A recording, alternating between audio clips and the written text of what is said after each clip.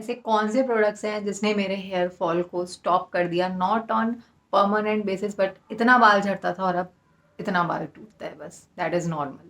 Hi guys, welcome back to my YouTube channel. I hope you all are doing well and good. So आज की video में हम बात करेंगे hair fall के बारे में, जो बहुत ही ज़्यादा ट्रेंडिंग टॉपिक है। और हेयर फॉल के टाइम पे हमें कौन से प्रोडक्ट्स यूज़ करने चाहिए, कौन से ब्रांड यूज़ करना चाहिए, क्योंकि मार्केट में ना इतने सारे ब्रांड्स हैं, इन सबके स्कैल्प सिरम्स हैं। कौन सा यूज़फुल है, कौन सा ज़्यादा आपको रिजल्ट देता है, इन सब के बारे में बात करेंगे। और जैसा कि आपको पता है कि पहले मेरे बाल थे कुछ ऐसे, और अभी जो मेरे बाल हैं वो हैं ये। आप देख सकते हो कि मेरी लेंथ बालों की अब कैसे क्या हो गई है, बालों की क्वालिटी कैसे इतनी डिग्रेड हो गई है, क्या हुआ था मेरे हेयर्स के साथ और मेरी स्कैल्प की हेल्थ के साथ, और मैंने कैसे अपना हेयर फॉल रोका, कंट्रोल किया, और मैं क्या रूटीन फॉलो कर रही हूँ कि मेरे बाल वापस से ऐसे हो जाएं। So without any further delay let's get started. मैंने अपना हेयर कट कराया था लास्ट ईयर, तब मेरे बाल कुछ ऐसे थे, मतलब इतना हेयर फॉल नहीं हुआ, बस बालों की लेंथ छोटी हो गई और बालों की क्वालिटी भी अच्छी थी। लेकिन जो हेयर फॉल होना स्टार्ट हुआ है ना 2024 में, ओ माय गॉड, उसको कंट्रोल करने में मुझे कम से कम 3 से 4 महीने लग गए। और अब जब 2024 ख़त्म होने वाला है तब जाके मेरे बालों की जो ग्रोथ है वो थोड़ी सही हुई। सो मेरे बालों का जो टेक्सचर है वो है थोड़ा सा ड्राई फ्रीजी, मतलब इतना ज़्यादा ड्राई फ्रीजी नहीं है। और आप देख सकते हो कि एकदम जो नॉर्मल कर्ल्स होते हैं, जैसे मेरे थोड़े से वेवी हेयर्स हैं, not curly, sorry, wavy hairs हैं मेरे थोड़े से। सो जब मैं अपने होम टाउन में रहती थी तो एक पानी बहुत इंपॉर्टेंट फैक्टर मैटर करता है। अगर आपको हेयर फॉल हो रहा है, आपको वो हार्ड वाटर से बाल धोने से बहुत ज़्यादा हेयर फॉल होता है, दैट इज़ ट्रू। अब मैंने वाटर सॉफ्टनर भी लगवा लिया when I move to NCR, but still मेरा हेयर फॉल नहीं रुक रहा था। जून से मुझे हेयर फॉल स्टार्ट हुआ और मैं नहीं समझ पाई कि क्यों हो रहा है। अब पहले जब मेरे बाल ऐसे थे, ठीक है, इतनी मेरी लेंथ थी, उस टाइम पर मैंने एक हेयर कट करवाया जिससे मेरे बालों की लेंथ चली गई, बट स्टिल मुझे इतना ज़्यादा हेयर फॉल नहीं हो रहा था। मुझे हेयर फॉल 2024 जून से स्टार्ट हुआ।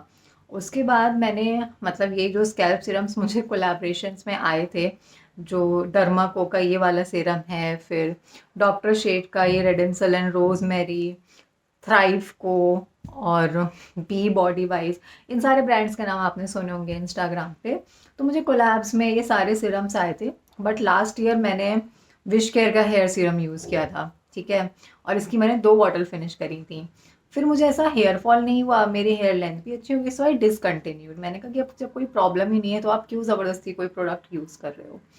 जब इस साल मुझे हेयर फॉल हुआ तो मुझसे गलती क्या हुई कि मैंने विश केयर पे नहीं स्विच किया, क्योंकि मेरे पास कोलैब्स में ऑलरेडी इतने सारे सिरम्स आए हुए थे। मैंने सोचा चलो इनको ट्राई करते हैं और देखते हैं इनका क्या रिजल्ट है, कुछ तो इफेक्टिव होंगे ये। तो जब मुझे हेयर फॉल होना स्टार्ट हुआ तो थोड़ा तो यही सब स्कैल्प सिरम्स लगाए, बट नहीं मुझे वो रिजल्ट मिला। मेरा हेयर फॉल हो ही जा रहा था। थोड़ी सी मैं इरेगुलर भी थी एप्लीकेशन में, मैं इतना रेगुलरिटी से नहीं लगा रही थी, बट 2 से 3 वीक जब मैंने लगाया तो बालों की लेंथ नहीं बढ़ रही है, थोड़ा सा हेयर फॉल कम हो गया, फिर से हेयर फॉल स्टार्ट हो गया। उसके बाद जब आप इतना ज़्यादा फ्रस्ट्रेट हो जाते हो ना कि आपका बस बाल गिरे जा रहा है, गिरे जा रहा है, नहीं स्टॉप हो रहा है, तब आप जाके लेते हो मेडिकल ट्रीटमेंट। तो मैंने सारे टेस्ट कराए अपने ब्लड टेस्ट की, शायद वो vitamin B12, calcium, vitamin D, ये सब शायद कम हो गया है, डेफिशिएंट हो गया है। उसमें भी सब कुछ नॉर्मल था, मेरा विटामिन D बस थोड़ा सा कम था, आई वॉज नॉट डेफिशिएंट। तो 1 महीने मैंने वो विटामिन D के भी जो शॉट्स आते हैं वो पिए। 2 महीने से मेरे को जो है बहुत ही इरेगुलर पीरियड्स मुझे आने स्टार्ट हुए। Then I got to know कि मुझे PCOD है। मुझे हर 15 डेज में पीरियड्स आ रहे थे। तो वो तो पता ही है कि ये और आपका जो मेंस्ट्रुअल साइकिल है वो कनेक्टेड होता है। जो भी आपका पीरियड्स है वो आपकी ओवरऑल बॉडी हेल्थ बताता है। उसके बाद मेरा वहाँ से ट्रीटमेंट जब स्टार्ट हुआ तब भी मेरा हेयर फॉल नहीं रुक रहा है। आई थॉट मानसून भी आ गया बीच में, अगस्त सितंबर, मुझे लगा शायद मानसून वाला हेयर फॉल हो रहा है, लेकिन हेयर फॉल नहीं रुक रहा था, बिल्कुल नहीं रुक रहा था। उसके बाद I again purchased wish care, और आप जैसे कि देख सकते हो कि मैं 1 बॉटल इसकी ख़त्म कर चुकी हूँ, ये मेरी दूसरी बॉटल अभी चल रही है।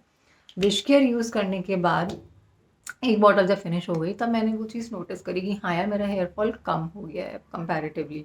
बाकी मैं ये नहीं बोलूँगी कि ये सारे जो सीरम्स हैं, थ्राइव को, Derma and Doctor Sheth, Be Bodywise, Pilgrim का भी मैंने एक बॉटल यूज़ किया है। आई विल नॉट से कि ये सीरम्स अच्छे नहीं हैं या फिर ये इफेक्टिव नहीं है, मेरे लिए ये काम नहीं किए। जैसे हर इंसान का स्किन टाइप अलग होता है, स्किन कंसर्न अलग होता है, वैसे हमारी ये जो स्कैल्प है ना, हमारी स्कैल्प हेल्थ भी अलग अलग होती है। हर इंसान की स्कैल्प अलग है, उसको इंटरनली कुछ अलग इश्यूज हैं, एक्सटर्नली अलग इश्यूज हैं। तो ये बहुत ज़्यादा मैटर करता है कि आपको कौन सा इंग्रेडिएंट, कौन सा कॉम्बो, क्योंकि सब में रोजमेरी, रेडेंसल, एनिगन, ये सब का मिक्सचर होता है। सो इट टोटली डिपेंड्स कि आपको कौन सा ब्रांड सूट कर रहा है। कोई भी ब्रांड अच्छा बुरा नहीं होता है। कुछ लोगों को पिलग्रिम सूट कर जाता है, कुछ लोगों को बी बॉडी वाइज सूट कर जाता है। मुझे विश केयर ही सूट किया, मतलब मुझे विश केयर से विजिबल रिजल्ट्स मिले कि 2 हफ्ते में मुझे वो चीज़ दिखने लगी कि हाँ, मेरा हेयर फॉल जो है वो कम हो रहा है। सो अब हम अपना पोस्ट शावर रूटीन भी स्टार्ट करते हैं। मैं क्या क्या यूज़ करती हूँ अपने हेयर्स पे और किन प्रोडक्ट्स ने हेल्प करा है मेरे हेयर फॉल को रोकने में। तो सबसे पहले तो ऑब्वियसली मैं विश केयर का जो है हेयर सीरम अप्लाई करती हूँ आफ्टर शैम्पू। और मुझे थोड़े से ग्रे हेयर्स भी हैं, but I don't use anything for that. पहले बाल तो वापस ले आए अपने, बाकी चीज़ें और बाद में देखते हैं। हेयर्स की वॉल्यूम मेरी काफ़ी ज़्यादा कम हो गई है पहले के कंपैरिजन में। आई जस्ट बिलीव कि हाँ, मैं रेगुलरली ये हेयर सीरम अब यूज़ करूँ। So the best thing I love about this serum, it is non greasy, बहुत अच्छे से बालों में एब्जॉर्ब हो जाता है और मतलब बहुत ही स्कैल्प को काइंड ऑफ सूदिंग इफेक्ट देता है। कोई भी अगर आप स्कैल्प सीरम यूज़ कर रहे हो ना, सो इट्स माई सजेशन कि बी रेगुलर। अगर आप रेगुलर नहीं रहोगे ना तो आपको रिजल्ट्स नहीं मिलेंगे। ये नहीं कि कभी हफ्ते में एक बार लगा लिया, 10 डेज में एक बार लगा लिया, नहीं, आपको इसको अच्छे से यूज़ करना है ऑन रेगुलर बेसिस, तभी आपका हेयर फॉल भी रुकेगा और आपको रिजल्ट्स भी मिलेंगे। ओके, सो हमारा स्कैल्प वाला काम तो अब हो गया है, स्कैल्प पे जो हमें अप्लाई करना था। अब हम अप्लाई करेंगे अपने बाकी के जो एंड्स हैं उस पे। I just use this L'Oreal no hair cut dream length hair cream. जिनको ड्राई और फ्रिजी हेयर का प्रॉब्लम है ना, और जिनका हेयर फॉल काफ़ी ज़्यादा होता है, उनको ये क्रीम ज़रूर यूज़ करनी चाहिए। मुझे इसका टेक्सचर बहुत ज़्यादा अच्छा लगता है। और अगर आप मतलब जैसे कुछ लोगों को हेयर फॉल इतना ज़्यादा होता है they don't use conditioner and mask, तो they can use this no hair cut cream. बहुत अच्छी क्रीम है, इसकी फ्रेग्रेंस मुझे बहुत ज़्यादा अच्छी लगती है। प्लस ये बालों को बहुत अच्छे से सॉफ्ट कर देती है, जो भी फ्रीजीनेस है उसको हटा देती है। Apart from this no hair cut dream length cream, L'Oreal की जो ये हाइलुरोनिक एसिड वाली रेंज है ये भी बहुत अच्छी है, इसके काफ़ी अच्छे रिव्यूज़ हैं। ये हेयर क्रीम आप देख सकते हो, मैंने बिल्कुल यूज़ करके ख़त्म कर दिया है।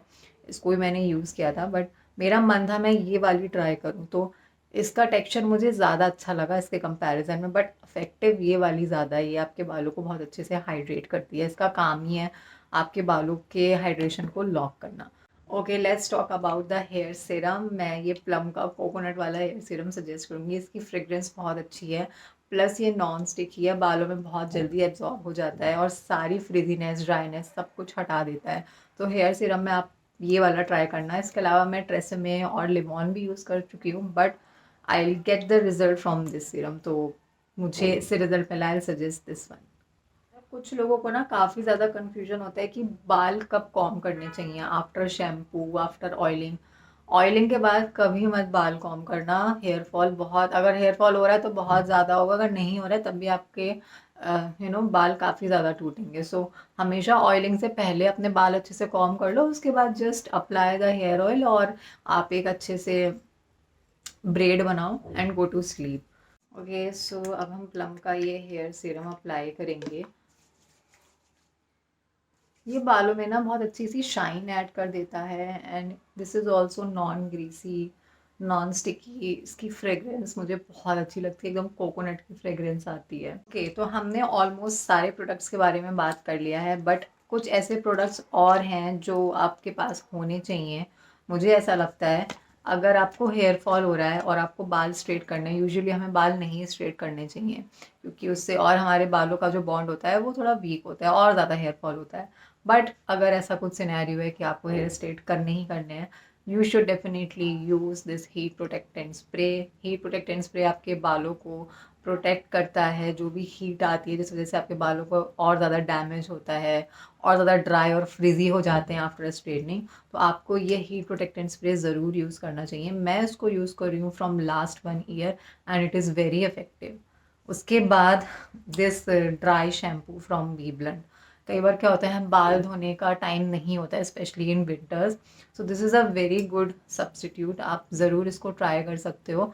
जो भी आपके स्कैल्प पे बहुत जल्दी जल्दी जिन लोग को ऑयल आ जाता है, आई विल नॉट सजेस्ट कि आप इसको हर वीक यूज़ करो, बट हाँ, महीने में 2 बार you can use it when you are in hurry, जब इमरजेंसी है, बाल धोने का टाइम नहीं है, रैंडमली आपको एकदम से बाहर जाना है, तब आप इसको यूज़ कर सकते हो। क्योंकि है तो एट द एंड वो dry shampoo, I know it's chemical free, but अपनी स्कैल्प पे कम से कम प्रोडक्ट्स यूज़ करो। इसके अलावा ये जो रोज़मेरी स्प्रे है, ये भी काफ़ी ज़्यादा वायरल हुआ था और ये इफ़ेक्टिव है, आई मस्ट से। कई बार मैं विश केयर का सीरम अगर मैंने डे में लगाया तो मैं रात को सोने से पहले ये भी स्प्रे करती हूँ अपने बालों पे। This is also very good, आप इसको ज़रूर ट्राई कर सकते हो। और कभी भी अगर आपका स्कैल्प सीरम ख़त्म हो जाता है तो फिर आप इसको एज अ सब्स्टिट्यूट कुछ टाइम के लिए यूज़ कर सकते हो। मैं तो कर लेती हूँ। सो अब हम बात कर लेते हैं शैम्पू और हेयर मास्क के बारे में। शैम्पू मैं आपको 2 ब्रांड के सजेस्ट करूँगी। सबसे पहला तो विश केयर है, ऑब्वियसली मैं इसका हेयर फॉल और पेप्टाइड वाला दोनों शैम्पू यूज़ कर चुकी हूँ और कई बार मैं हेयर फॉल वाला यूज़ कर लेती हूँ, कई बार मैं उसका जो ग्रीन वाला है पेप्टाइड वो यूज़ कर लेती हूँ। तो ये दोनों शैम्पू काफ़ी ज़्यादा अच्छे हैं। So guys we have reach till the end of the video. I hope आपको मेरे रिव्यूज़ अच्छे लगे होंगे, समझ आए होंगे। कोई भी आपको डाउट हो किसी भी प्रोडक्ट या किसी भी ब्रांड के बारे में, क्योंकि मैं ये सारे प्रोडक्ट्स अभी यूज़ कर रही हूँ, यूज़ कर भी चुकी हूँ, मैं डेफिनेटली आपके सारे क्वेरीज़ का आंसर दूंगी। कमेंट सेक्शन आप लोग के लिए है, तो कुछ भी डाउट हो आप मुझसे पूछ सकते हो। मैं आपको एकदम जेन्युइन रिव्यू दूंगी जैसा मुझे वो प्रोडक्ट लगा और जैसे उस प्रोडक्ट ने मुझे रिजल्ट्स दिए। So that's it for this video. मिलते हैं हम आपसे नेक्स्ट वीडियो में। Till then bye everyone, take care.